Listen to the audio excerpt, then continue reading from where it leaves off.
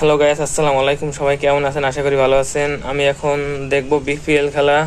আজকের খেলা হয়েছে দুপুরেরটা হলো রাজশাহী বনাম খুলনা, আর এর পরেরটা হবে ঢাকা বনাম সিলেট।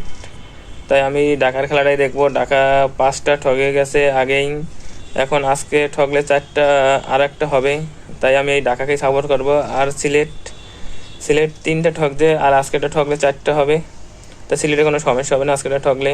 তাই আমি ঢাকাকেই সাপোর্ট করব। আর আমার বিভাগও কিন্তু ঢাকা, তাই আমি ঢাকাকেই সাপোর্ট করব। আর আপনারা কোনটা বিভাগ সেটা বলে যাবেন কমেন্টে, আর কাকে সাপোর্ট করবেন সেটাও বলে যাবেন।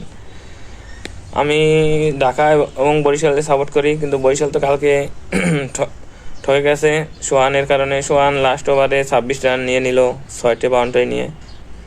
এটা তো অবিশ্বাস্য জয় হলো রংপুর তো 6-6টায় জিতে গেল। আর বরিশাল 5-এ 3টা জিতছে, 2টা ঠকছে কিন্তু রংপুরের সাথেই ঠকছে। ভালো খেলেই ঠকছে, খারাপ খেলে নাই, সবাই ভালো খেলেই ঠকছে। আর কালকের ম্যাচ তো বরিশালের জেতাই ছিল, কিন্তু লাস্ট ওভারে নুরুল হাসান সোহান কি হয়ে গেল, 6 বলে 6টাই বাউন্ডারি মারলো। আর এখন আমি ঢাকা আর সিলেটের খেলা দেখবো। আমি জানি ঢাকায় যেতে। ঢাকা 6-6টি নালে ঠকে যাবে আজকে খেলা ঠকলে।